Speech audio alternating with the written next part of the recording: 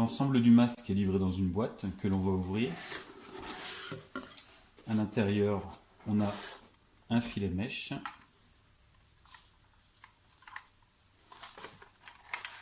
dans lequel on trouve le masque et son capot. À l'intérieur, on a les attaches tour d'oreille, le bandeau tour de tête. On a également un filtre virucide utilisable à moi, une notice papier et les produits d'entretien avec un spray de désinfectant en 100 ml et un spray anti-buée également 100 ml. Je retire maintenant le capot en pinçant des deux côtés et en le faisant pivoter. Il sort très facilement quand le filtre n'est pas installé. Comme vous le voyez, les soupapes sont montées d'origine sur le masque. Vous avez ici les deux grandes soupapes sur la partie latérale pour l'inspiration et deux petites soupapes sur la partie inférieure pour l'expiration.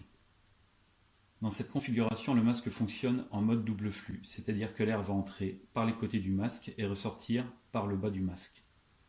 Ceci permet un renouvellement d'air frais en permanence à l'intérieur du masque. La contrepartie est l'atténuation de la voix. Pour gagner en audibilité, on peut passer en mode communication en retirant très facilement une soupape d'expiration, voire les deux soupapes d'expiration. On perd alors une partie de l'effet double flux. Enfin, si vous devez faire des efforts nécessitant une plus grande ventilation, vous pouvez passer en mode sport en retirant les soupapes d'inspiration afin d'optimiser la surface du filtre. On passe alors classiquement en simple flux, ce qui n'enlève rien à la qualité de la filtration. Passons maintenant à la préparation du masque.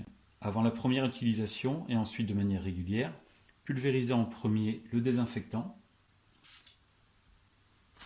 puis essuyez avec un papier absorbant. Lorsque c'est sec, pulvérisez sur la partie transparente la solution anti-buée, puis étalez avec le chiffon absorbant.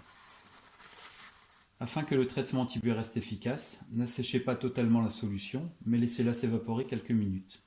Passons maintenant à l'installation du filtre, ici un filtre virucide Hygiafelt utilisable un mois. Je viens placer le filtre sur le masque. Le filtre doit recouvrir son contour d'étanchéité et l'extrémité doit être dans cette position. Je viens alors maintenir le filtre d'une main et je viens emboîter des deux ergots de la partie inférieure du capot dans le masque. Je viens alors appuyer sur le capot pour venir chasser les doigts, puis je viens pincer des deux côtés pour venir mettre en position les clips. Pour le bandeau tour de tête, je passe l'extrémité dans la fente.